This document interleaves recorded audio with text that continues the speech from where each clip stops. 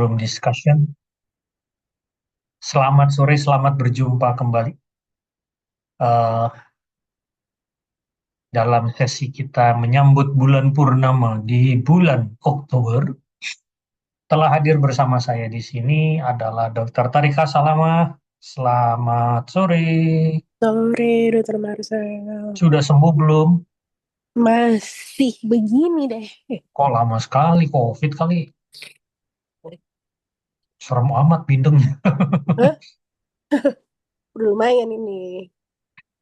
Oke. Eh, Dr. Albert satu lagi dan Dr. Grafi. Selamat sore.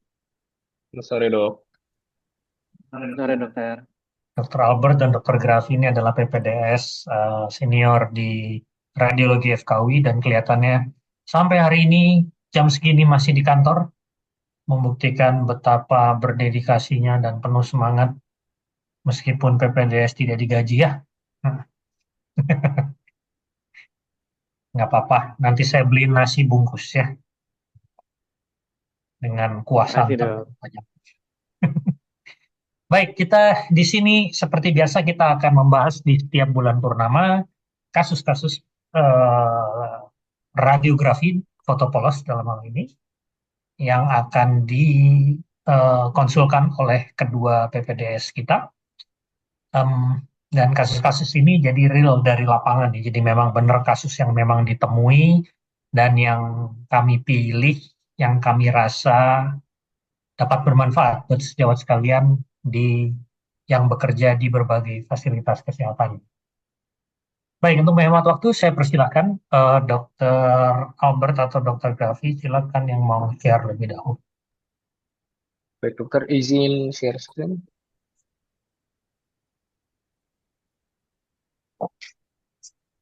Sebagai informasi, Dr. Alia malam ini berhalangan karena sedang mempersiapkan peperangan.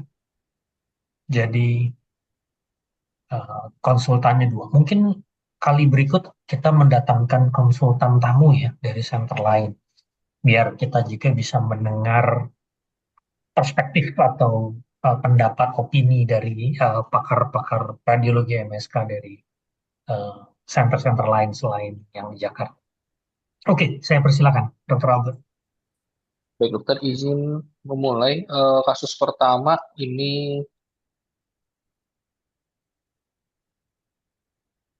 seorang laki-laki usia 35 tahun datang dengan keluhan keluar cairan dari luka bekas operasi di sendi engkel kirinya, dan pasien ini tidak mengalami adanya perbaikan pasca operasi sejak 2 tahun yang lalu. Berikut untuk foto polos ya dokter. Jadi di sini adalah foto pemeriksaan radiografi ankle, proyeksi AP, kemudian proyeksi lateral dan proyeksi ankle mortis. Nah untuk dari proyeksi AP-nya, kalau di sini kita lebih, kalau di sini saya lihat ada tampak ada irregularitas dari secara umum untuk struktur tulangnya di sini tersusunnya sesuai dengan alignment anatomis. Namun untuk tulang sendiri di sini untuk tulang tibianya di sini tampak ada irregularitas dengan adanya destruksi. Kemudian ada bagian-bagian tulang yang di sisi terutama bagian talus. Di sini struktur tulang talusnya sendiri sebetulnya sudah tidak terlalu jelas, dok. Kemudian di sisi bagian anterior untuk daerah navikularnya sendiri, kesan sih sudah tampak ada erosi juga di bagian korteks. Kemudian untuk di bagian tarsalia lainnya juga sama, kesannya juga eh, untuk bagian tarsalia lainnya tampak sepertinya korteksnya masih bagus, namun dengan densitas yang lebih menurun, dok. Kemudian untuk struktur celah sendinya dari posisi lateral ini dapat saya lihat bahwa sendi dari tibiotalarnya di sini tampak kesannya sudah menyempit, mungkin pasca atrodesis tuh kalau bisa dari gambaran radiologinya. Kemudian untuk terpasang juga fiksasi internal berupa nih screw. sebanyak 3 buah yang kesannya ini insersinya itu berasal dari kurang posisi tibia hingga mencapai ke daerah kalkaneal, kemudian dari fibula sampai ke kalkaneal juga, dan kemudian dari sisi posteriornya dari tibio ke kalkaneal dok.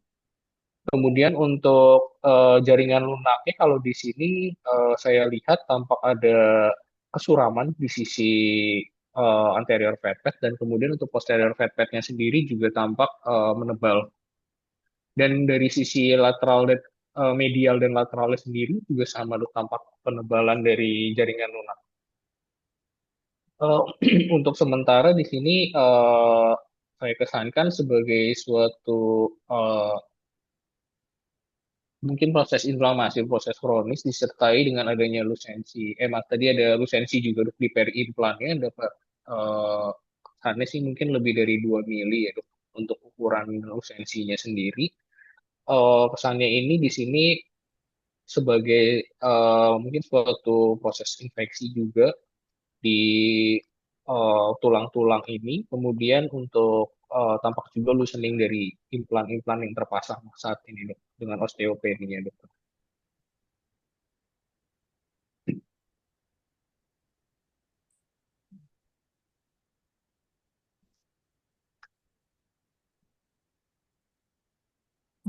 Baik, terima kasih. Eh, Sebelumnya tentunya kita perlu tahu lebih dahulu ini posisi kita ini ada di mana gitu. Jadi eh, ini kasus bukan kasus baru kan ya. Ini kelihatan Ya, kasus yang bekas perlakuan dari apa? Dari dokter, perlakuan dari sejawat lain gitu ya. Nah, jadi yang sebelum kita interpretasi nomor satu yang harus kita tahu sekarang masalah saat ini jadi apa nih? keluhan dari nyerinya ini tidak berkurang dok dengan luka dari sendi ankle-nya itu tidak ada Jadi, perbaikan. jadi dia Menurut ada saya, nyeri dan ada luka. ya dok, Oke. Dan dia datang lagi ke rumah sakit karena itu, bukan Mm-mm. karena sebab lain. Bukan dok. Oke. Nah, ini sendiri dipasangnya, dioperasinya kapan? Ada informasi? Informasi informasinya itu kalau saya cari ini di tahun 2023 dok. Oh, dia operasinya tahun 2023. Iya dok. Dan pada 2023 sampai sebelum yang berobat sekarang, dia sempat ada periode tanpa gejala alias sehat walafiat. Tidak ada dok. Selalu berulang keluhannya dok. Selalu keluar cairan dok. Oh, sampai 2 tahun. Iya dok. Dan baru berobat lagi sekarang. Iya. Nah, itu agak aneh ya. Tapi meskipun begitu sih di Indonesia itu mungkin-mungkin saja ya. Karena banyak alasan untuk di Indonesia kenapa orang tidak segera berobat dan melakukan pembiaran sampai bertahun-tahun itu bisa macam-macam ya. Karena alasan ke alternatif atau alasan finansial dan sebagainya ya. Tapi yang penting kita tekankan di sini jadi adalah keluhan saat ini secara keseluruhan masih kita anggap terkait dengan tindakan terdahulu ya, Iya. karena nggak ada periode sembuh baik. Dan kalau sekarang klinisnya begitu, berarti concern saat ini adalah apakah ada proses infeksi, ya kan ya? Iya dok. Iya betul, baik. Ya, karena kalau orang pasca tindakan belum tentu karena infeksi, bisa jadi yang dicari ada fraktur periimplan, bisa atau bisa juga memang ada sesuatu yang baru sama sekali yang tidak ada hubungannya dengan yang lama. Nah, kalau sekarang kita duga ini terkait dengan yang sebelumnya, maka hal penting yang harus kita lakukan sebelum menginterpretasi adalah minta foto lama. Hmm. Karena serial studies bukan kasus baru gitu. Jangan sampai nanti kita membuat pernyataan atau interpretasi yang seolah-olah baru padahal sebenarnya dari dulu itu sudah ada gitu. Karena ini kasus follow up, maka yang mau dicari sebenarnya adalah progresivitas. Dan kalau ini masalahnya infeksi, maka yang kita ingin tahu apakah kelainan yang mungkin kita lihat nanti itu sifatnya progresif nggak dibandingkan foto sebelumnya. Oleh karena itu harus harus minta foto sebelumnya. Jadi sebelum kita lanjut, saya klarifikasi dulu nih, ada nggak foto lama? Ada dok. Ada. Ada dok, Coba ada. bisa kasih lihat.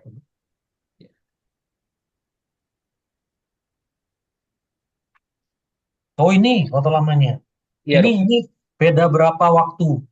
Durasi kronologinya nih kita perlu tahu. Nah, ini jeda dari yang foto sebelumnya itu kalau dilihat dari tanggalnya itu kurang lebih hampir setahun ya dok. Oh ini setahun bedanya. Setahun yang lalunya dok. Heeh. Oke. Gambaran pertama kalinya ada nggak yang belum dioperasi seperti apa? Oh, yang sama sekali Supaya belum di ya operasi ya dok. supaya kita punya Ada juga. gambaran gitu kira-kira ini kayak apa sih awalnya gitu loh sampai ini. Berikut yang gambaran Oh, sebelum Wah, dioperasi dok.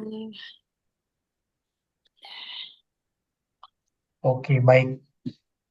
Silakan Dokter Tarika mungkin ada ya, komentar. Mau mulai dari yang saat ini atau dari yang ya pertama? mulai dari yang ini aja dulu kali yang pertama ya. Jadi ini sebenarnya dia pada awalnya datang ini keluhannya itu adalah sama keluar cairan dan nyeri juga. Lebih ke arah nyeri ya dok. Nyeri, Heeh. tapi nggak ada keluhan keluar cairan atau apa ya, cuma nyeri aja. Ya, heeh. Belum ada dok keluhan keluar cairannya itu. Ya kalau di sini kan kita lihat juga ini ya dominannya ada erosi, kemudian ada apa penebalan jaringan lunak. Penebalan jaringan lunaknya juga dia kayaknya sih lokasinya di daerah-daerah ini ya resesus ya, kayak di anterior recess, kemudian di posterior recess, kemudian setelah itu dia apa kita bisa lihat adanya erosi di tulang-tulang yang berdekatan di situ. Jadi kayak di daerah eh, distal tibia, kemudian talusnya itu juga apa di daerah navikularnya itu juga kelihatan ada erosi ya. Nah, kemudian setelah di sini juga kayak ya kalau kita lihat secara keseluruhan di jaringan lunaknya kayak edem ya, edem seperti itu. Cuma kita di sini masih bisa ngeliat nih si struktur apa tendon Achillesnya kita masih bisa lihat. Kemudian kelihatan bahwa si uh, penebalan jaringan lunaknya ini yang lobulated dan berkalsifikasi ini ada di daerah recessus gitu. Dan terus nih calcaneusnya juga di daerah ininya ya apa di calcaneusnya yang berdekatan dengan si penebalan jaringan lunaknya ini dia kelihatan ada erosi. Nah, kalau ngelihat kayak gini, ada penebalan jaringan lunak yang dia kayak lobulated seperti ini, kemudian ada erosi di tulang-tulang yang berdekatan. Kalau kita lihat kayak ada kalsifikasinya gitu di dalam penebalan jaringan lunaknya. Ini sih saya mikirnya sih masih ke arah suatu ini ya, inflammatory arthritis. Ini keluhannya dia cuma satu sendi atau ada keluhan di sendi lain ya? Hanya katanya sih hanya di sini ya dok. Kalau saya tanyakan Hanya ke satu pasiennya sendi, juga betul banget. satu sendi Ya, aja. nggak ada keluhan di sendi lain. Nah, kalau misalnya dia keluhannya Iya, di satu sendi kan dengan gambaran seperti ini ya kita sih ini kan dia daerahnya daerah-daerah resesus ya. Nah, iya. kayak gini mikirnya ya dengan dia berbenggel-benggel seperti ini, kemudian ada erosi dari tulang yang berdekatan dengan erosinya yang relatif tegas seperti itu, berarti kan pada saat datang ini keluhannya juga sudah berlangsung sekian lama mungkin ya, Dokter Hmm, Albert. iya. Kalau kayak gini sih mikirnya masih sebenarnya kan kalau misalnya dia satu sendi ketemu gambaran inflamasi, ada erosi, penebalan jaringan lunak segala macam, maka kita nggak bisa melepaskan pikiran dari infeksi. Tapi kalau ngelihat bentuknya seperti kayak gini, jadi lebih mikir ke inflamatori yang lain. Apakah mungkin kayak suatu deposition disease atau apa? Nah, mungkin keluhannya dia cuma nyeri aja kan ya, tapi nggak Iya. ada luka, nggak ada keluar cairan atau apa gitu ya. Kemudian setelah itu nah, gimana nih dari foto yang pertama mungkin Dokter Marcel sebelum kita beralih ke yang post tindakannya. Setelah lihat kayak gini kira-kira kebayang sih tindakannya apaan? Ya, saya rasa sih infeksi nomor satu harus dipikirkan Mm-mm. karena tata laksananya akan sangat berbeda ya. Tapi sekali lagi karena kita tidak punya informasi lain pada saat ini misalnya data lab atau klinisnya memang Mm. contohnya ke arah mana. Yang kita dapat saat ini kan ceritanya nih kasus follow up-nya yang kita. Mm-mm. Tapi Kalau bahwa melihat tindakan yang dilakukan itu dipasang skru di situ kayaknya memang sudah diputuskan oleh dokter yang menangani bahwa memang diartrodesis yang mana iya, mm-mm. sih itu pasti ya karena talar domnya di sini kan sudah hancur total. Jadi apa yang mau diharapkan diselamatkan juga nggak ada. Ini kan harusnya talar dom bulat di sini, sementara tibianya tibial plafon kan harusnya begini dan struktur itu udah semuanya rusak. Bahkan saya lihat kayaknya nih sendi talonavicularnya juga Iya. udah hancur juga di sini. Kayak lebar-lebar, agak lebar-lebar yang irregular gitu Iya, ya, iya. informasinya. Dan ini yang saya sih mikirnya infeksi sih, Dokter Infeksi Kaiser, sih satu. karena menyebar ke talonavicularnya ini nih. Itu artinya kan suatu proses yang per continuitatum penyebarannya. Mhm. Beda dengan yang inflamatori karena dia site-nya beda-beda tergantung sendi yang berbeda. Meskipun demikian sih Dede sih tetap aja, cuma memang di sini juga distensi cup ini menunjukkan ini lokasi-lokasi ya kapsul sendi tibiotalar memang. Jadi memang dia ada distensi. Tapi mungkin Dokter Albert udah ada informasi barangkali waktu itu dia operasi memang indikasinya infeksi tuh. Kalau saya track ke belakang juga dok dari pasien ini tuh kalau saya lihat historinya dari kecurigaan dari si klinisinya itu ada infeksi TBC dok. Oh iya, iya. Ya masuk akal sih kalau ngelihat pola ininya ya, apa pola erosinya. Ada kalsifikasinya juga di soft Eh, tissue ya, itu biasanya TB ya. Ya, di TB sih hampir selalu ada ya di Indonesia ya. Ya, oke. Mungkin kita bisa lihat yang itunya pasca operasinya. Jadi, Nah, di sini sih kelihatan jelas yang dilakukan ini artrodesis ya, memang Arthrodesis. sengaja dia dimatikan sendinya, dijadiin satu dan mungkin di situ ditaruh graf barangkali ya di daerah yang rusak itu dengan harapan tulangnya numbuh dan menjadi satu tulang. Dan kita lihat di sini soft tissue di anterior posterior yang tadinya sangat melendung gitu ya. ya, Sekarang udah nggak ada lagi kelihatannya. Ini yang foto pertama pasca operasi kah? iya dok, Nah, pasca operasi. Persis. ya ini penting karena foto ini menjadi baseline untuk follow up selanjutnya. Untuk kita mengatakan ada atau tidak ada kelainan. Jadi kalau kita lihat lagi lanjutnya foto yang saat ini.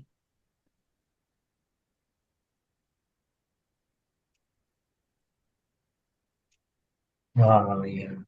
Tadi Dokter Albert bilang ada lusensi periimplan ya? Iya dok. Iya, kayaknya Coba betul ya. Gimana Dokter Taki? ya kalau ngelihat yang ininya sih jelas ya, dokter Marcel, Hmm, hmm, dibandingin ya, tapi emang bedanya setahun ya. Coba di sini salah satu highlightnya juga adalah kan, ini pada kasus yang dikerjakan artrodesis. Maka kalau artrodesis sesuai dengan namanya, maka yang kita harapkan kan kelihatan dia fusi ya. Kelihatan ada pembentukan tulang baru, kemudian fusi dari si sendi-sendi yang diartrodesis itu. Nah, di sini sih kalau kita lihat mungkin yang di daerah si talotibialnya itu sebagian kayaknya sudah ada pembentukan tulang baru dan kayak udah nggak jelas lagi ya batas antara si talus dan tibianya.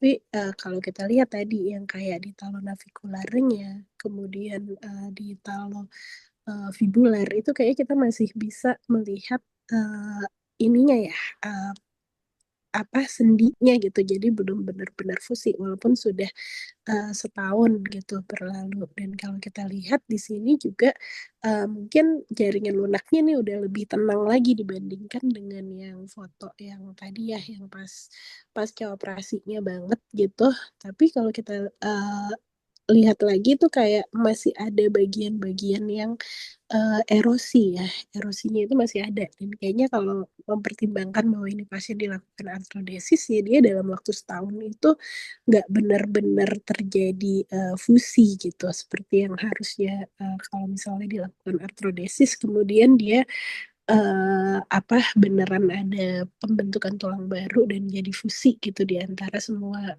sendi-sendinya. Ini sih kayaknya fusi parsial sih memang ada ya. Tapi ada juga bagian-bagian yang dia kayaknya nggak fusi dan masih terlihat ada erosinya. Ditambah lagi di sini kita juga melihat adanya tanda-tanda bone loosening gitu dari si implannya. Gimana nih Dokter Marsal? Kayaknya ada Dokter Alia juga deh gabung. Waduh, mantap bener nih Dokter Alia masih sempat bergabung sama kita. Selamat sore, Dokter Andi. Boleh dok, izin nyimak ya dok. Gimana kabar di medan perang? Medan perang panas dokter. Oh, panas. Tapi persiapan masih ongoing ya. Insya Persiapan Allah. menuju pertempuran. Insya Allah. Mohon diperhatikan moral pasukannya supaya tetap dipertahankan semangat tinggi. Oh ya, baik-baik. Siap, siap komandan. Baik, ya. Jadi ya memang di sini masalahnya kalau kita berurusan dengan infeksi, apalagi TB itu gambarannya sangat bervariasi karena semua gambaran patologi yang terlihat infeksi itu pada radiografi merupakan perimbangan antara daya tahan tubuh melawan virulensi kuman. Dan melihat tendensinya TB itu untuk berjalan kronik, maka bisa jadi kalau klinisnya sampai sekarang masih keluar cairan, sebenarnya proses infeksinya itu masih ada, cuma lebih jinak sedikit gitu ya, tapi tidak benar-benar eradikasi total kemungkinan. Karena jarak waktu 1 tahun itu harusnya sudah usi. Ya dalam hitungan bulan mah harusnya juga tulang udah jadi satu tulang ini harusnya. Dan apalagi sekarang kita lihat juga soft tissue-nya tadi di belakang ini juga kelihatan kayak edema ya masih ya. Ini jaringan lemaknya yang loosen ini. Tapi di sini kan udah seperti kayak awan-awan gitu ya. Itu itu tentunya masih mendukung ke arah infeksi. Apalagi sekarang kita lihat ada radiolucensi di sekitar screw yang tadinya pada foto sebelumnya tidak ada. Jadi sih saya rasa ini cocok masih bisa mendukung gambaran dari implant infection ya pasca arthrodesis ya dengan masih ada tanda-tanda infeksi. Kira-kira begitu barangkali Dr. Albert. Jadi sebenarnya yang take home message yang penting untuk diingat dari kalau kita berurusan dengan kasus seperti ini adalah pertama pastikan bahwa kita ini urusannya sama kasus diagnostik awal atau kasus follow up.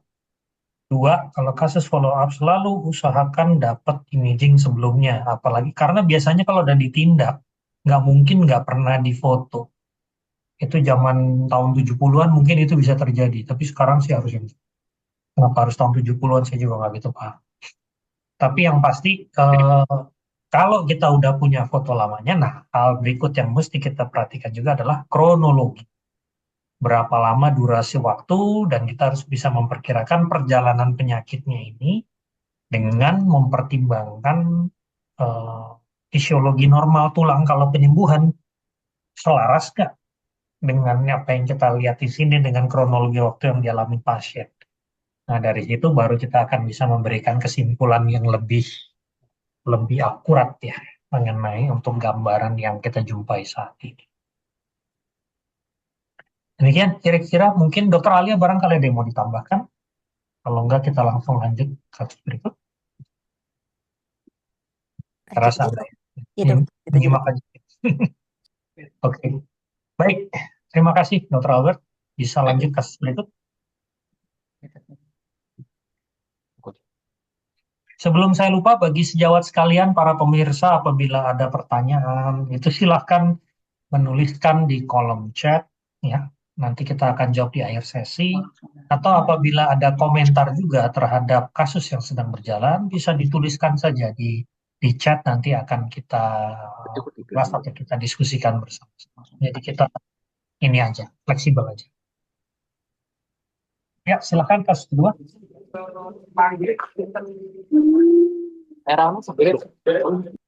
Izin melanjutkan untuk kasus kedua, seorang laki-laki usia 28 tahun, pasien ini dengan keluhan datang itu demam terus-menerus. Dia merasakan demamnya itu berlangsung setiap hari dan semakin sering. Kemudian dari pasien ini keterangan tambahannya itu pasien juga kadang-kadang ada mengeluhkan nyeri sendi, terutama di daerah pinggulnya, Dok. Berikut gambaran dari radiografi yang kita miliki, yaitu radiografi pelvis proyeksi AP. Di sini untuk tulang, struktur tulangnya di sini untuk tidak tampak adanya subluxasi ataupun dislokasi dari sendi-sendi yang tervisualisasi dari radiografi pelvis ini, Dok.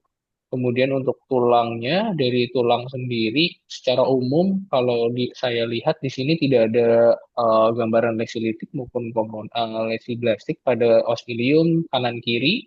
Kemudian untuk daerah sakroiliaknya sendiri juga sepertinya terlihat baik.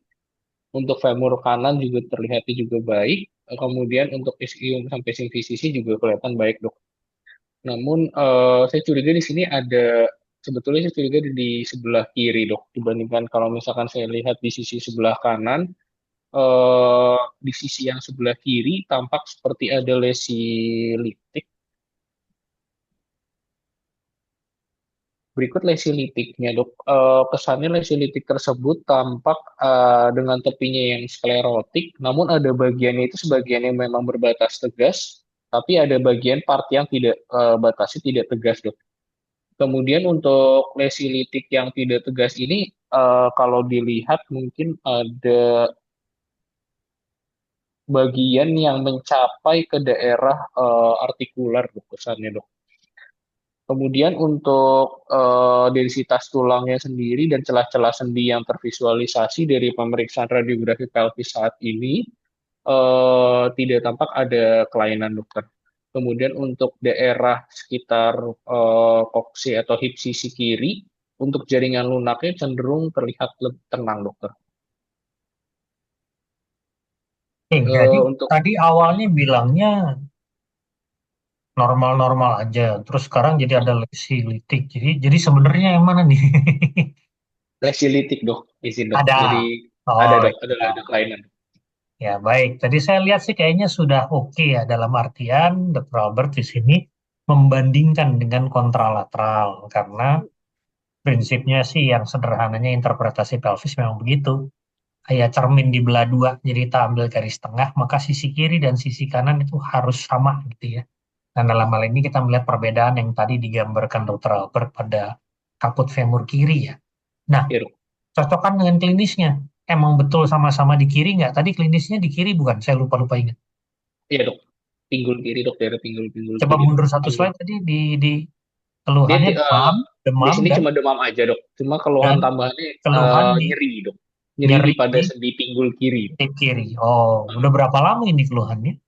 Ini keluhannya dari pasien tersebut mengeluhkan itu udah cukup lama, Dok, 2 tahunan, Dok, kalau nggak salah. Nah, ini Dan lagi 2 tahunan lagi kayak tadi aja kasusnya. Semuanya nunggu semakin tahun lama, Dok. berobat. Iya, iya, iya, iya. Oke, baik. Jadi diagnosis Dr. Albert apa nih dengan Eh, radiografi? Kesannya kalau dari saya ini lesi litiknya kesannya masih sesuatu yang sifatnya agresif ya, Dok. Karena ada sebagian batas yang tidak tegas. Namun untuk DD-nya saya masih belum terpikirkan, Dok. Belum terpikirkan. Iya. Lo pasiennya kan demam. Masa DD1 aja nggak ada loh. Infeksi bisa nggak nih Oh iya, dengan litik begitu?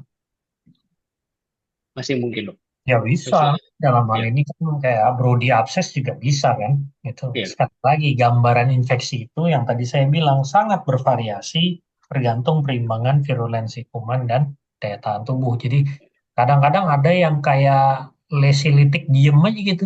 Sekitarnya cuma sklerosis ringan, nggak ada soft tissue swelling, pasiennya juga bisa dibilang cuma subfebris gitu ya. Tapi di sisi lain ada yang kayak heboh banget gitu juga ada.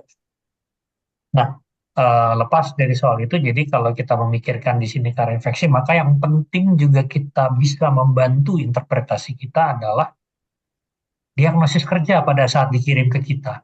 Apa diagnosis dari dokter yang menangani? Karena pendapat profesional dari dokter yang menangani itu tentunya sesuatu yang penting buat kita juga untuk membantu kita mempermudah pekerjaan kita. Iya. Bilangnya apa dokternya? Nah, dari dokter klinisinya itu pengirimnya itu curiganya itu adalah prolonged fever, dok. Hmm. Dia Itu karena masih doang. dididih dengan autoimun. Hmm. Kemudian pasien ini juga curiganya itu ada Cushing syndrome, dok. Eh, Hmm. Nah, jadi Cushing syndrome eh, eksogen, dok. ya jadi kiriman ke radiologinya dengan diagnosis prolonged fever Prolonged fever, dan dok. suspek autoimun gitu. Iya, suspek autoimun, dok. Hmm. Ya, ya, ya. Harusnya bisa lebih tajam ya kalau prolonged fever. Fever itu kan sesuatu yang ini ya, dan memang itu sih kelemahannya. Kadang-kadang kita juga tidak bisa 100% menjamin sejawat kita itu juga mungkin kebanyakan pasien atau apa barangkali nggak sempat nulis semua data dengan jelas gitu ya. Atau dia asesmennya barangkali juga belum selesai. Jadi dia nggak ngasih diagnosis kerja, dia nulisnya Hanya gejala. simptomnya. Iya. Yang mana buat kita kalau udah kayak gitu jadi tidak membantu juga ya. Ya memang kadang-kadang kan kompetensi dokter yang ngirim ke kita tuh juga berbeda-beda ya. Kita maklum aja kadang-kadang memang nggak sama kompetensi. Tapi nggak apa-apa. Yang penting sekarang gimana ininya deh. Dampak ke pasien ya kan. Kita fokusnya ke pasien di sini. Nah, jadi tadi kamu bilang autoimun. Itu diagnosis dokternya juga autoimun ya. Iya, iya, dok. Apakah pasien ini mendapatkan terapi atau autoimun itu masih baru dugaan awal? Masih Ada di ini? DD juga sih, dok. Belum ada Hmm. pemeriksaan lanjutan yang ini yang masih dilakukan oleh Hmm. klinisi, dok. Tapi ada beberapa, mungkin ada lab yang kemarin saya lihat juga sih kalau dibilang sih rheumatoid factornya kurang dari 10, dok. Yang nano Tapi kan masih tapi dengan perjalanan penyakit 2 tahun, ada nggak ya. pasien itu Mm-mm. minum obat sendiri? Biasanya nggak mungkin kalau udah sampai 2 tahun dia nggak minum obat. Oh, palingan kalau karena pasien ini keluhannya hanya naik turun panasnya, dok, jadi cuma minum gejala aja, dok. Jadi minum obat yang paracetamol gitu, dok, mengurangi gejala saja, dok. Tapi Oke. untuk minum obat sendiri yang kayak minum misalkan konsumsi steroid, kalau saya lihat dari klinisnya, dari perjalanan penyakitnya pasien ini tidak ada, dok. Ya, ini penting ya untuk kita ketahui karena ya itu tadi apa gambaran radiologi itu adalah representasi dari proses dinamis dari penyakit yang berjalan kontinus sampai pada saat difoto pun prosesnya masih berjalan. Jadi adanya interupsi dari pihak eksternal, baik itu ada dokter yang ngasih obat, ngasih tindakan, atau pasien minum obat sendiri, atau diunyak-unyak sama dukun pijet, itu bisa mengacaukan gambaran imaging itu. Jadi kita harus hati-hati supaya kita nggak kejeblos, so ada baiknya kita tahu. Apalagi kalau pasiennya itu penyakitnya udah lama. Masa iya sih udah lama nggak diapa-apain, itu kan nggak masuk akal ya. Tapi kita tahu diapa-apain, nah mudah-mudahan informasi itu bisa membantu kita juga dalam menginterpretasi. Baik, Dokter Taki, silakan komentarin. Ya, ya kalau misalnya ini juga kan tadi dibilang ada Cushing syndrome ya, terus eksogen lagi ya bilangnya. Nah, makanya Ya, dok. jadi kepikiran biasanya kan kalau Cushing syndrome yang dia eksogen gitu bisa juga berhubungan dengan konsumsi steroid gitu ya. Apakah emang nih pasiennya pakai steroid sadar maupun nggak sadar kan bisa aja misalnya dia berobat ke apa dukun atau apa gitu dikasih atau minum jamu-jamu apalah gitu yang ternyata sebenarnya mengandung steroid juga gitu. Nah, ya kalau buat ininya sih mungkin ya karena dia curiga nyerinya memang di panggul sebelah kiri ya. Iya, Nah, dok. tapi kalau kita lihat di sini kan eh karena ada kecurigaan autoimun maka kita tadi RF-nya positif. RF-nya positif tapi kurang dari 10, dok. Oh ya, Masih. ya tetap aja kan kita jadi yang harus kita singkirkan adalah apakah ada tanda-tanda inflammatory arthritis gitu ya. Kalau Iya. dilihat dari sini sih kayaknya tanda-tanda inflammatory arthritis yang jelas kayak ada apa penyempitan celah sendi yang uniform, kemudian erosi, itu kita nggak melihat dengan jelas ya. Kalau dilihat jaringan lunaknya juga di sini kita masih bisa ngikutin fat plane ya di daerah hipnya baik kanan maupun kiri gitu. Jadi kayaknya jaringan lunak di sini relatif ini ya. Uh, Dr. Albert relatif tenang Tenang, gitu ya. nggak kelihatan ada fat plane ini masih kelihatan biasanya kalau misalnya kita berhadapan dengan ada swelling atau ada efusi, ada apa di situ, maka biasanya fat plane-nya itu sudah tidak kelihatan lagi. Itu yang jadi salah satu yang checklist gitu yang harus kita cek di radiografi pelvis gitu. Jadi bandingin kanan sama kiri gitu, daerah yang simptomatik dengan asimptomatik, apakah dia di jaringan lunaknya ada perubahan. Karena kadang-kadang dari jaringan lunaknya itulah kita dapat clue gitu. Nah, kemudian tadi juga sendi sakroiliakanya di sini kita kayaknya masih bisa ngikutin ininya ya, masih bisa ngikutin permukaan sendinya ya, garis kortikalnya nggak kelihatan ada penyempitan yang jelas atau kayak sklerosis subartikular, erosi yang jelas seperti itu. Nah, jadi pure temuannya cuma si lesi litiknya ini aja ya. Itu kalau dilihat-lihat di zoom-zoom lagi daerah-daerah necknya kayak ada ya jadi ya. Kalau dilihat Ada overall di secara posisi. dari jauh, kok kayak ada osteopenia paraartikuler. Nah, Coba lihat di sini daerah sini, itu tuh itu daerah-daerah jelas. acetabulumnya. Terus daerah sini sama, di sini juga nih. Iya, Itu kan daerah penempelnya sinovium ya. Udah gitu iya. bilateral simetris. Nah kalau udah bilateral simetris ini memang perlu curiga juga ke arah situ. Iya, berarti kan kita bukan, Ya, walaupun gitu. perjalanannya 2 tahun ya, Dokter Ya, Marcel, perjalanan klinis tergantung. kan 2 tahun. Nah, 2 tahun, Hmm, kalau misalnya dia inflamatory arthritis yang dia prosesnya memang sudah berjalan gitu.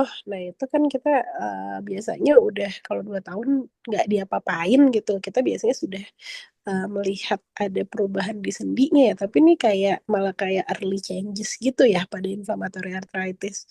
Atau mungkin Nggak sendi kayak, lain. Ada info nggak dokter Albert? Sendi lain pada pasien ini ada keluhan nggak? Untuk keluhan di tempat lain sih bilang tidak ada ya, Dok. Oke. Nah, Ya, baik.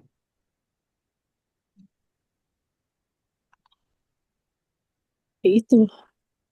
Jadi gimana kita dokter Tarki kesimpulan kita kemungkinan Iya, untuk Kak. pada kasus Iya, ini? kalau misalnya keluhannya memang dia keluhannya mungkin dominannya di kiri ya. Cuma kalau lihat dari foto polos kan satu-satunya yang kita lihat cuma kayak ada apa ya, maksudnya temuannya minimal nih ya. Kita cuma ngeliat kayak ada lesi litik yang tadi itu yang di daerah kaput femur kirinya. Kemudian juga kita lihat ada osteopeni periartikular.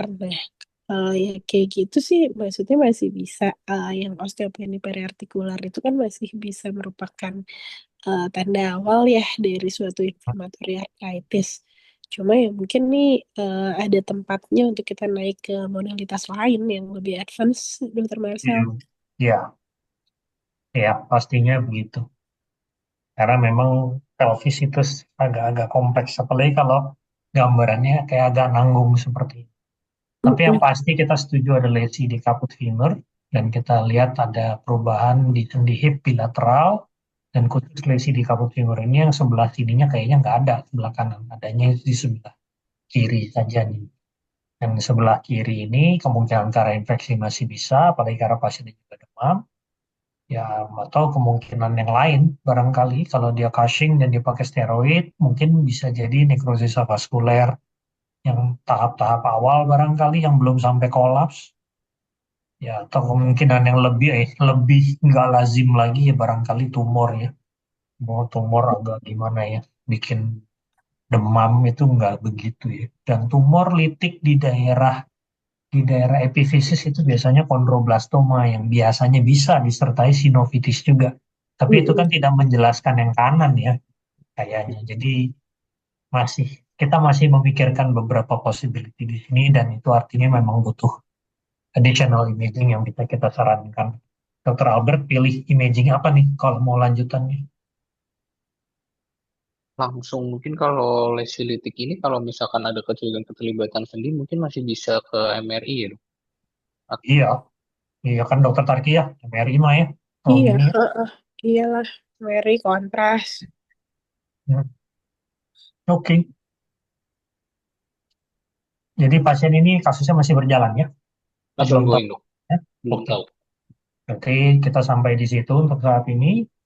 Dan mungkin nanti kalau ada informasi lanjutan bisa kita sambung minggu depan. To be continued kasusnya. Oke, silakan kasus berikut. Ya. Wah, saya lihat ada beberapa tamu penting pada malam hari ini. Ada Dokter Neti dari Medan. Selamat malam, Dokter Neti. Semoga Malam, sehat-sehat Dokter selalu. Marcel.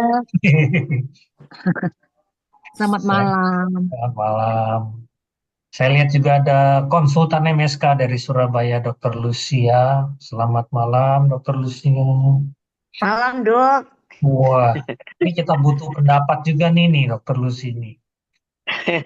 Sebagai pakar dari belahan timur, di timur matahari. Ya, silakan kasus ketiga. Siapa yang membawakan? Dokter Gavi Lanjut atau saya lagi dok, satu dok. kamu mulu nih nggak bosan ya? Ya, silakan. Lanjut satu dok. Selanjutnya pasien perempuan usia 46 tahun dok. Pasien ini keluhannya itu adalah nyeri di bahu bilateral, yang terutama yang paling dirasakan adalah di sisi kanan dok. Kemudian pasien ini juga mengeluhkan adanya nyeri kebas kesemutan pada daerah jari tangannya dengan skala nyerinya itu fast 3 dok. Nah, pada pasien ini dilakukan pemeriksaan radiografi USG, dia di radiografi, maaf dok, radiografi bahu, proyeksinya ini proyeksi AP, kemudian caudal, kemudian posisi scapular wide view dan axillary view. Dilakukan di kedua sisi. Dari pemeriksaan yang sebelah kanan terlebih dahulu, di sini untuk dari radiografi proyeksi AP-nya dapat dilihat bahwa sendinya ini untuk setelah sendi glenohumeral dan kemudian daerah acromioclavicular joint-nya, di sini masih tampak baik, tidak tampak adanya dislokasi maupun adanya subluxasi dari kedua sendi tersebut. Kemudian untuk tulang-tulang yang tersusun dari sendi bahu kanan, tidak tampak adanya garis fraktur ataupun adanya lesi litik maupun blastik dari tulang-tulang tersebut. Kemudian untuk sendi glenohumeral sendiri juga dapat dilihat dari axillary view-nya. Di sini tidak tampak adanya penyempitan ataupun dislokasi atau subluxasi dari humerus ke daerah glenoid ya dok. Nah, namun untuk bagian soft tissue-nya di sini saya menemukan ada multiple kalsifikasi. Kesannya ini berada di sisi dari superior dari uh, kaput humerus, sisi kanan. Kemudian dari sisi kiri, di sini juga sama dok. Kalau dilihat untuk proyeksi AP-nya dari sisi kiri, bahu kirinya sendiri susunnya juga tidak tampak ada dislokasi ataupun subluxasi di sendi glenohumeral. Tidak tampak pula dislokasi atau disrupsi di daerah sendi acromioclavicular yang sebelah kiri. Nah, kemudian untuk tulang-tulangnya juga sama seperti yang sisi sebelah kanan. Tidak tampak adanya lesi litik ataupun lesi blastik dari tulang-tulang penyusun bahu kiri. Kemudian untuk densitas tulang tadi baik sisi kanan maupun sisi kiri sama-sama relatif baik. Tidak tampak adanya osteopenia. Nah, untuk jaringan lunaknya di sini saya menemukan kalsifikasi juga, tapi kalsifikasinya lebih minimal dibandingkan yang sisi kanan. Dan proyeksinya kalau dilihat ini berada di sisi posterior dari humerusnya. Untuk diagnosis sementara sih untuk kesannya saya kesankan mungkin suatu calcified tendinitis dok untuk kasus ini tanpa ada penyempitan dari celah sendi di kedua sisinya dok. Dan kemudian tidak tampak ada osteopenia ataupun fraktur atau destruksi dari tulang-tulang penyusun sendi bahu kanan dan kiri dok. Mohon masukannya dokter. Baik, terima kasih. Nah, sebelum kita bahas lebih lanjut, saya komentari satu hal saja, Dr. Albert. Kalau menemukan adanya kalsifikasi dalam jaringan lunak itu usahakan jangan cuma berhenti di situ ya. Oh, Karena kalsifikasi itu ada banyak patternnya. Jadi usahakan kalau bisa didetailkan kalsifikasi seperti apa, gitu. Berkelompok, nodular, linier, amorf atau apa gitu. Kalau nggak salah saya pernah baca tuh ada jurnal yang membahas mengenai soft tissue calcification itu apa saja diri-dirinya tergantung dari patternnya gitu ya. Jadi kalau bisa diskusinya jangan berhenti kalsifikasi begitu aja. Itu sama kayak kalau kita tumor tampak lesi osteolitik begitu doang. Tapi padahal kan perlu didescribe lebih lanjut apakah dia geografik, motiton, permeatif gitu ya. Karena itu informasi yang menunjukkan agresivitas tumor. Nah, klasifikasi juga sama. Ya, usahakan jangan berhenti di situ. baik. Baik, nggak apa-apa. Yang penting sekarang kasus ini kita lihat ada perbedaan dan kanan dan kiri dan dia keluhan klinisnya banyak di kanan apa di kiri? Tadi kanan dok, terutama di Kanan ya. sebelah kanan. Nah, Ya, sekarang kita melihat kalsifikasi di jaringan lunak juga lebih prominent jauh dibanding yang sebelah kiri. Nah, ini adalah 4 proyeksi yang memang kita ketahui dikenal sebagai proyeksi impingement series ya. Jadi ini adalah bahu AP, bukan true AP, tapi AP biasa, dan AP 30 derajat caudal tilting. Kemudian yang ketiga itu adalah harusnya supraspinatus outlet view, dan yang paling kanan adalah axillary view ya. Yang tentunya punya tujuan masing-masing ya. Nah, AP sih standar AP, kita mau melihat gambarannya dari depan, bahunya. Maka kalau kita lihat dari depan, maka yang kita lihat di atas dari kaput humeri tentunya itu adalah proyeksi dari tendon supraspinatus.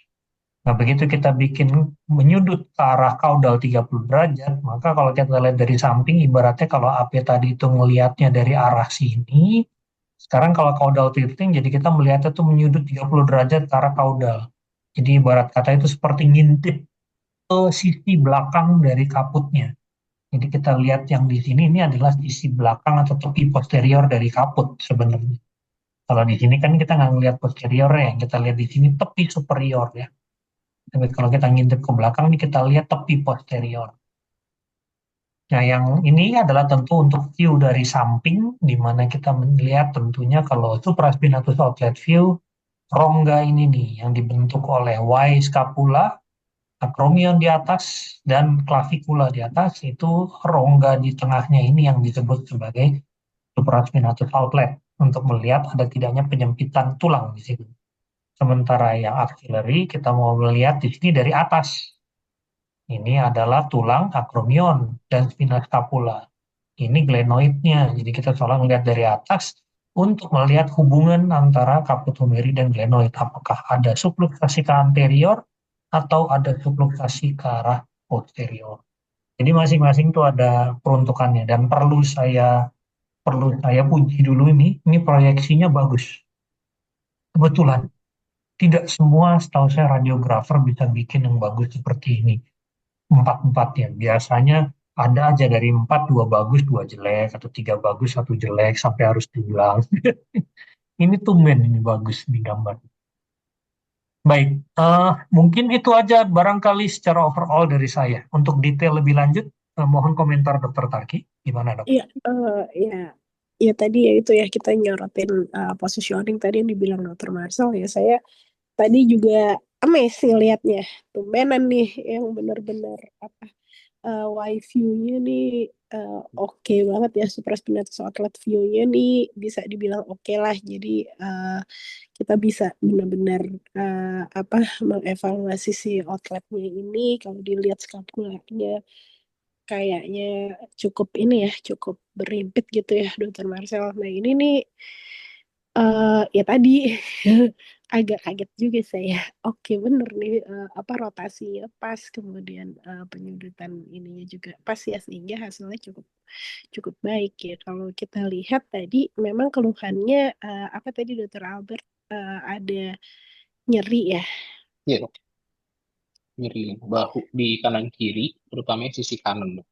Nyeri bahu terutama di sisi kanan. Ya memang kalau kita lihat keluhannya ya dia sejalan ya dengan temuan di radiografinya. Jadi di radiografinya kita melihat ada kayak kalsifikasi ya, dia modelnya kayak linear-linear gitu.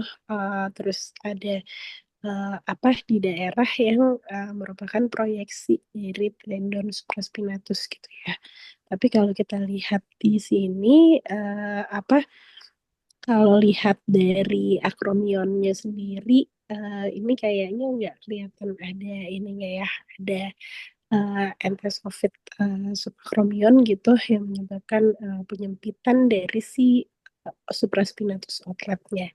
Nah, kalau kita lihat dari sini, ya tadi mungkin ya mikirnya tadi seperti Dokter Albert, kita berpikir ini ada suatu ini ya kalsifik tendinosis dan memang kalau kalsifik tendinosis itu keluhannya bisa nyeri dan mungkin bisa juga dia berulang ya karena dia apa ini kan kalau udah ada klasifikasi jadi eh, apa ya kemungkinan suatu prosesnya ini juga berlangsung cukup lama dan mungkin juga ada apa proses yang lain seperti HDD atau apa deposisi dari hidroksiapatit gitu. Ya mungkin itu ya Dokter Marcel yang bisa kita dapatkan dari ini ya. Ya, ya, stages dari calcific tendinitis atau hidroksiapatite deposition disease itu kan tentu ada beberapa ya. Ada yang ini biasanya kalau ada yang kalsifikasinya yang lagi mendok-mendok ini yang paling nyeri biasanya. Habis itu kan dia akan masuk dengan fase resorpsi itu biasanya. Atau fosfat. Ya, jadi memang ini akan tentunya menjelaskan keluhan gitu ya. Tapi dalam konteks ini barangkali klinisinya mencurigai ini adalah kelainan rotator cuff atau impingement syndrome. Makanya dia minta fotonya impingement series, bukan bahwa AP saja ya. Kebanyakan klinisi di lapangan mungkin yang bukan ortopedi nggak bakal minta impingement series seperti ini. Mungkin mintanya hanya AP bahu seperti biasa yang sebelah kiri gitu ya. Nah, tentunya ini kembali tergantung pada ketajaman pemeriksaan fisik dari si klinisi ya. Kalau dia emang jago banget, dia nggak ini, dia cukup bahu apa dulu tanpa perlu banyak-banyak radiasi gitu ya. Dan kalau emang calcific tendinitis sih, biasanya sih bahu apa aja udah cukup, tidak perlu sampai impingement series. Mungkin ini berarti klinisinya masih belum bisa menyingkirkan kemungkinan rotator cuff disease yang lain atau impingement. Dalam hal ini, tugas radiografi adalah mengidentifikasi kemungkinan penyebab tulang, struktur osius, yang berkontribusi menyebabkan impingement atau penjepitan dari supraspinatus. Jadi kita bisa deteksi ada tidaknya entesofit subakromion misalnya pada outlet kita bisa lihat nih bisa ada taji yang menonjol ke bawah gitu ya atau lateral downsloping dari akromion yang udah kelainan dari sononya akromionnya itu bisa miring sekali seperti ini hingga jarak antara dia dengan kaput humer itu bisa dibilang sempit sekali. Itu predisposisi untuk menyebabkan terjadinya impingement. Atau mungkin menyingkirkan kemungkinan lain seperti ada tidaknya fraktur, misalnya juga bisa menjadi salah satu penyebab gitu ya. Bisa juga ada avulsi pernah kasusnya di tuberositas mayor juga bisa. Ya. Dan juga tentu kita bisa melihat adanya subluxasi dari glenohumeral baik craniocaudal maupun anteroposterior. Jadi gunanya PRICE ini adalah untuk melihat barang-barang tersebut, tapi tidak bisa tentunya melihat tendonnya secara langsung dan untuk itu perlu imaging lanjutan. Nah, berarti kasus ini diagnosisnya udah bisa tegak kemungkinan ya, Dr. Albert? Ya. Seperti tadi dibilang Dr. Taki, jadi calcific tendinitis, tapi tentunya akan jauh lebih akurat lagi apabila kita lakukan imaging lanjutan, baik MRI atau USG, karena bisa jadi calcific tendinitis kemudian dipersulit lagi dengan adanya rotator cuff tear juga. Jadi yang lagi calcified tendinitis juga bisa mengalami tear dan itu challenging sekali secara imaging baik MRI maupun USG gitu ya. Tapi tentunya itu juga akan menjadi sesuatu yang penting kadang-kadang, khususnya apabila pasien ini tidak sembuh-sembuh dalam jangka waktu yang agak panjang. Ini udah berapa lama keluarnya? 4 minggu terakhir loh. 4 minggu, belum terlalu Iya. sih kalau 4 minggu ya. Ya, tapi tetap boleh lah kita sarankan untuk evaluasi eh, supraspinatusnya. Bisa pilih mau USG apa MRI. Pilih mana? MRI dok. Kenapa? Bisa evaluasi ke sendi-sendi yang lain juga dok, karena kan untuk ya mungkin kalau USG juga bisa untuk evaluasi TER-nya lebih detail dok. Tapi kalau MRI bisa lihat TER sekaligus bisa evaluasi Ya, sendinya juga dok. ya masing-masing ada plus minusnya. Hmm. MRI antriannya bisa panjang, Oh, iya. USG enggak. MRI pemeriksaannya lebih lama, USG lebih cepat. Jadi kalau pasiennya usia lanjut, kayaknya nggak betah diam lama, kita juga lihat-lihat. USG membutuhkan manuver pergerakan lengan ke belakang, ke depan. Kalau dia benar-benar solid, rigid, terbatas geraknya, ya tentunya susah mau di USG. Lebih baik MRI, gitu ya. Jadi masing-masing ada pertimbangannya sendiri. Oke, saya rasa yang bahu kiri mungkin nggak masalah ya. Maksudnya problemnya mirip, cuma lokasinya yang berbeda di posterior ya. Tapi sedikit banyak yang lain-lainnya juga sama. Baik, terima kasih Dokter Albert. Ada terusannya lagi nggak? Ini kira-kira kalau ini sekarang kita jam berapa?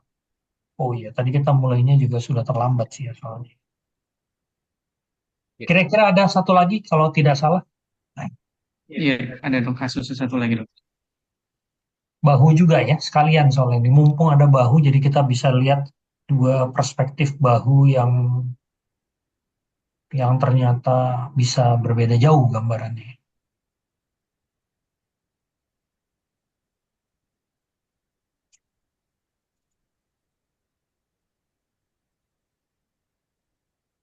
Baik dok, izin share untuk kasus keempat.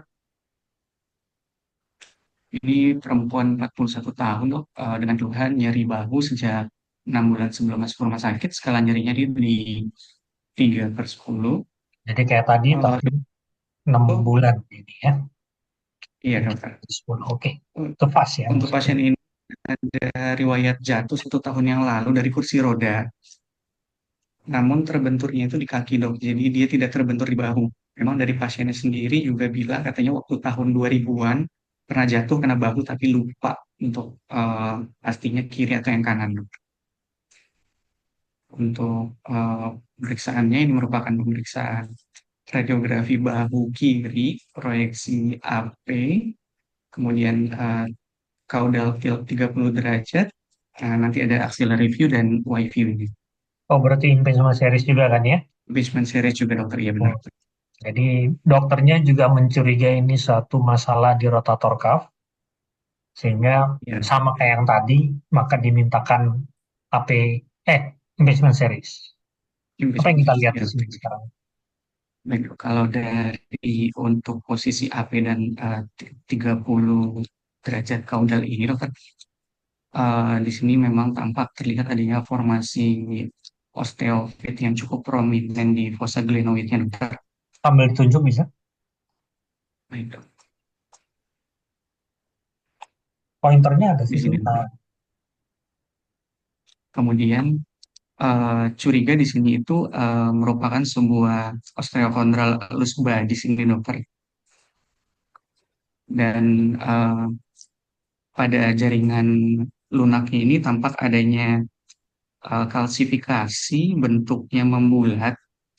Kalau saya cari-cari dari eh, riwayat sebelumnya, ini pasiennya tidak ada tanda-tanda keganasan yang mengesankan itu suatu KGB berkalsifikasi di regio aksilanya, dokter.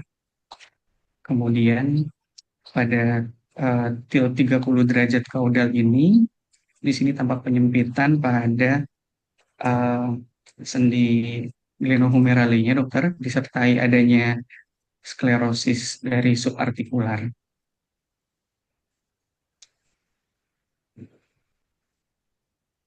mungkin sekalian saya komentari ya, Dokter Albert.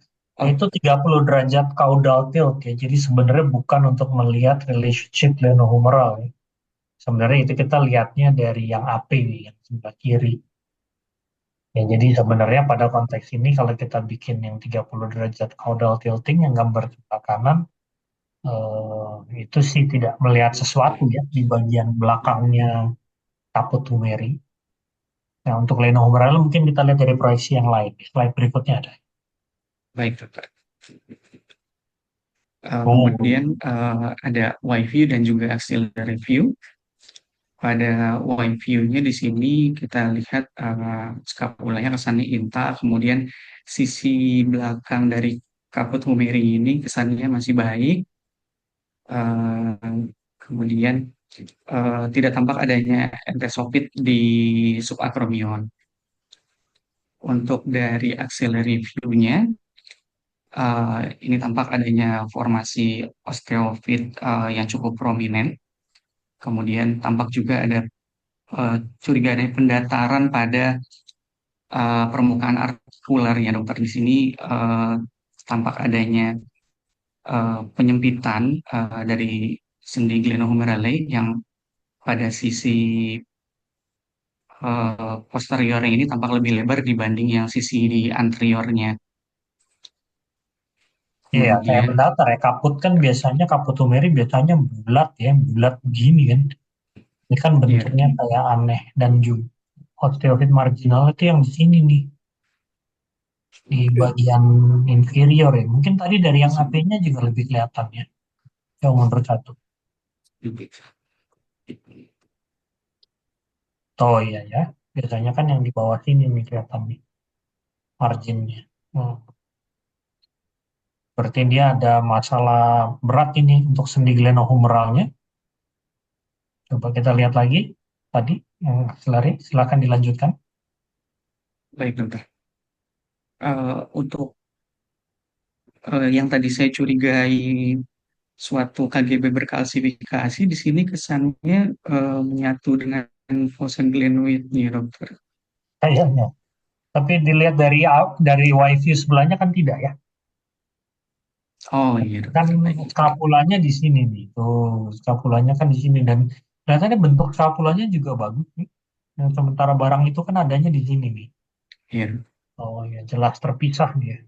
Ini ada satu lagi di sini saya nggak tahu nih apa. Bisa juga. Kalau kita lihat dari apinya lagi, mundur satu Baik. maksud saya, mundur satu slide. Kenapa macet? Ah, ini dia. Nih, ya. Ya, ini kan barangnya tadi yang Macet gede dokter. banget. Iya. Hmm, hmm. Tapi ini juga kayaknya rame semua Iya. ini. Oke. Gimana? Dokter Tarika ada komentar? Ini Ya, kayaknya bahu juga, tapi kayaknya jauh sangat berbeda ya dengan yang tadi. iya, kalau yang tadi kan Hasil coba. reviewnya jelek juga ngambil gambarnya. Nah itu makanya tadi ngeliat yang tadi surprise. Kok bisa tumben-tumben oke tanpa perlu ngulang-ngulang. Nah, ya juga tadi yang kontras kan kalau tadi kita lihat apa kelainannya itu banyak kan di jaringan lunaknya ya. Jadi yang prominent itu kalsifikasi di jaringan lunaknya kalau kasus yang tadi. Tapi kalau yang ini kok kita lihat juga di sendinya itu kelihatan ada kelainan ya. Kalau kita lihat mungkin bisa dilihat bahwa dia punya apa celah sendinya itu kelihatan menyempit ya. Nah, coba lihat yang slide yang satunya, gluttergrafi yang berikutnya. Baik.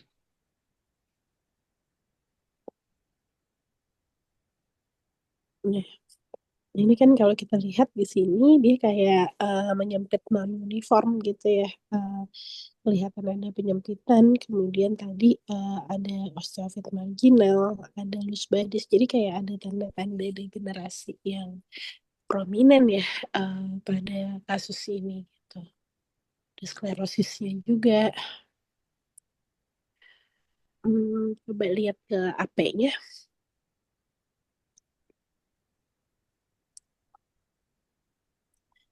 Kalau kita lihat di sini ya itu ya sampai bentuk dari si kaput femurnya pun bentuknya kayaknya agak-agak ini ya, agak-agak tidak seperti bentuk kaput femur umumnya yang benar-benar lurus gitu, benar-benar bulat gitu ya. Dia jadi kayak agak ngikut-ngikut sama si bentuk-bentuk apa fossa glenoidnya. Cuma kalau ngeliat kayak gini, sepintas sih kita mikirnya ada suatu proses degeneratif ya yang cukup berat sehingga sampai ada loose bodies gitu di daerah axillary recessnya.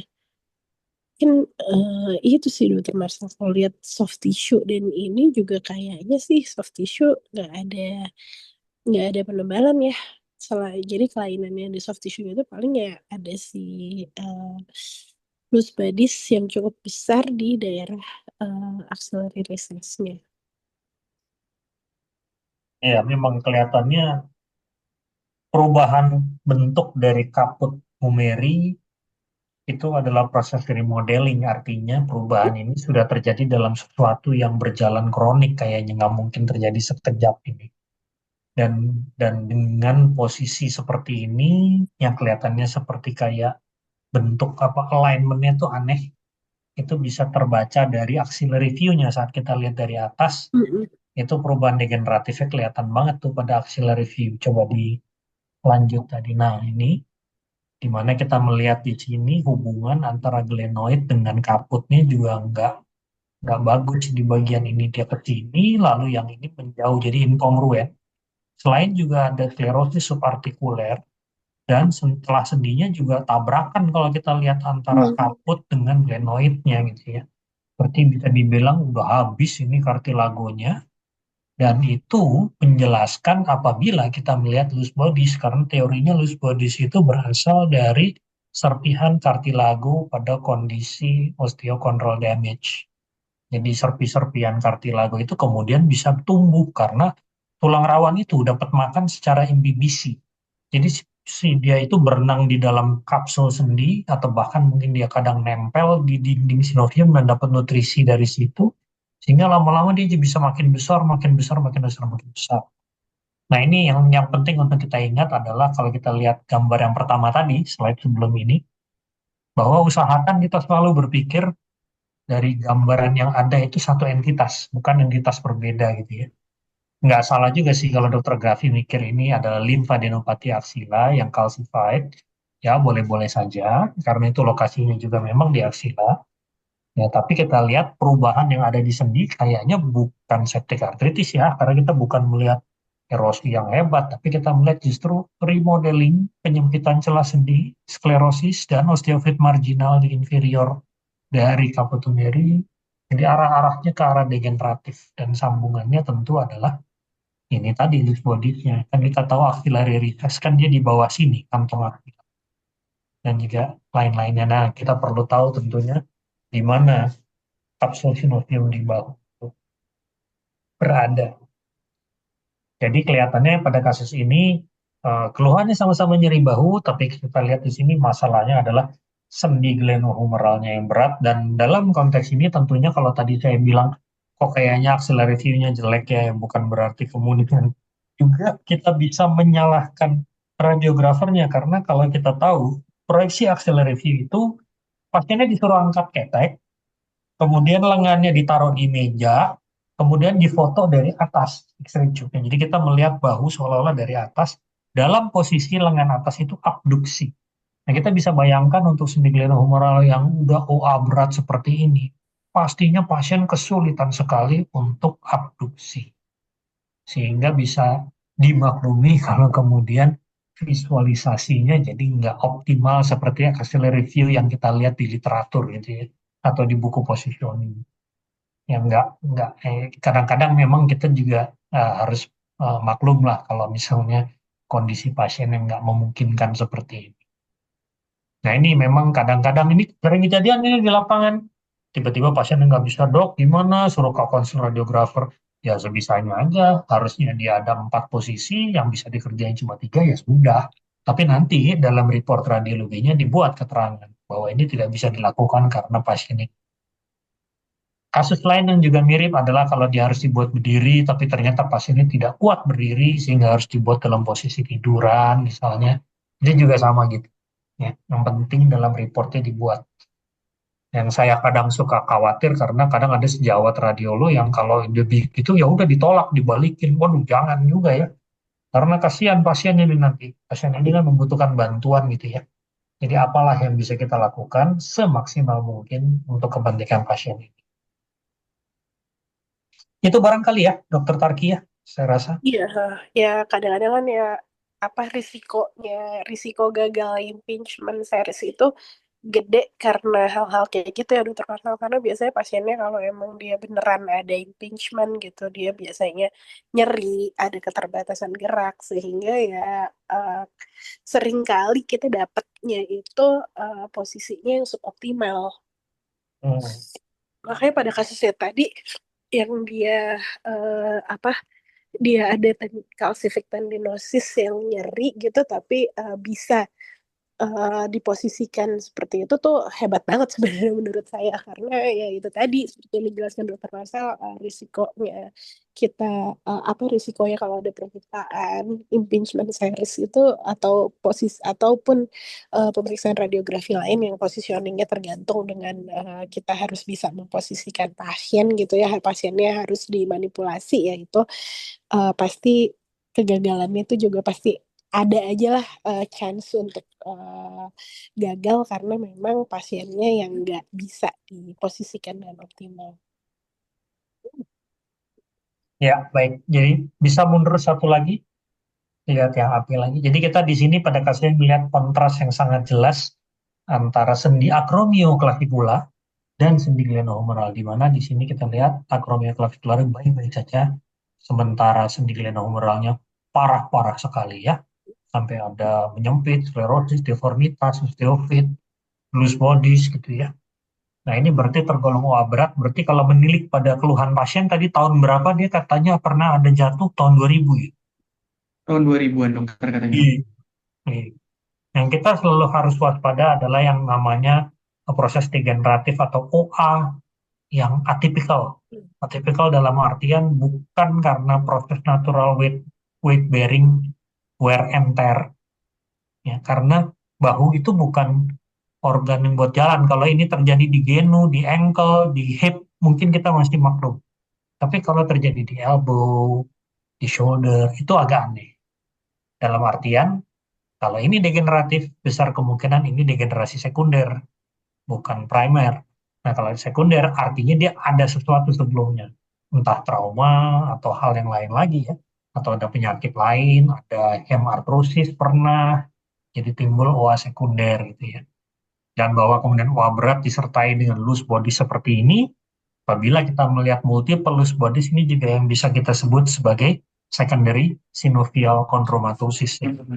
Berbeda dengan primary, kalau primary itu sendinya nggak ada apa-apa. Dia ada loose body saja pokoknya, tapi sendi-sendinya bagus-bagus semua. Tapi kalau dia ada degeneratif, nah itu besar kemungkinan loose bodies itu adalah dari itu tadi, serpihan tulang rawan dari proses degeneratifnya itu. Jadi mungkin nanti bisa digali nih riwayatnya nih, Dokter Grafi. Baik. Pada pasien ini sebenarnya yakin nggak sih pas dia dulu jatuh, habis itu bahunya baik-baik saja? Nggak mungkin deh. Kalau dia perubahan seperti ini pasti nyeri kronik dalam waktu agak lama ini. Jadi harusnya habis jatuh itu dia sempat ada nyeri-nyeri bau juga ya. Iya. Ya, itu pintar-pintarnya harus bertanya. Kadang buat pasien yang tahan sakit, enggak dok, nggak sakit. Padahal kan dia orangnya tahan banting. Jadi dia nggak mengeluhkan nyerinya. Oke, baik. Terima Baik, kasih. dokter. Mungkin sekian barangkali kita di pertemuan kita pada sore menjelang malam hari, kalau zaman dulu bilangnya pada petang hari ini. Ini ada satu di chat dari Dokter Netik ya. Apakah setiap nyeri bahu kita lakukan 4 posisi dari bahu? Nah, itu tentunya tergantung permintaan klinisi ya dok ya. Apa kalau klinisi minta 4 ya kita kerjain 4. Tapi kalau misalnya klinisi minta pendapat kita, mungkin ini pendapat saya sih. Kalau berpikir efisiensi biaya, waktu dan tenaga, mungkin baiknya screening dengan bahu AP dulu lah. Apabila dari situ ada arah-arah ke arah rotator cuff disease, baru dilanjut dengan impingement series atau barangkali instability series barangkali. Dokter Farki ada pendapat lain untuk jawabannya?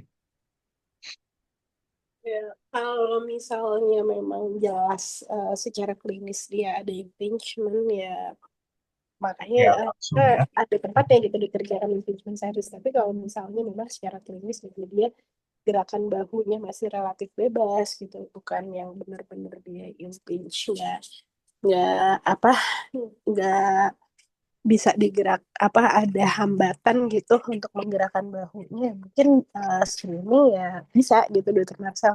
Dan biasanya kan juga ini juga ya mungkin ada pertimbangan tindakan gitu kalau misalnya dilakukan apa dimintakan impingement series karena kan buat ngelihat akromionnya apakah dia ada downslopping apa enggak apa ada apa apakah ada eh, osteofit atau antasofit apa enggak. Jadi kalau misalnya nanti butuh tindakan kan pasti itu apa maksudnya menjadi indikasi ada indikasi untuk tindakan gitu kan itu pasti akan mempengaruhi gitu.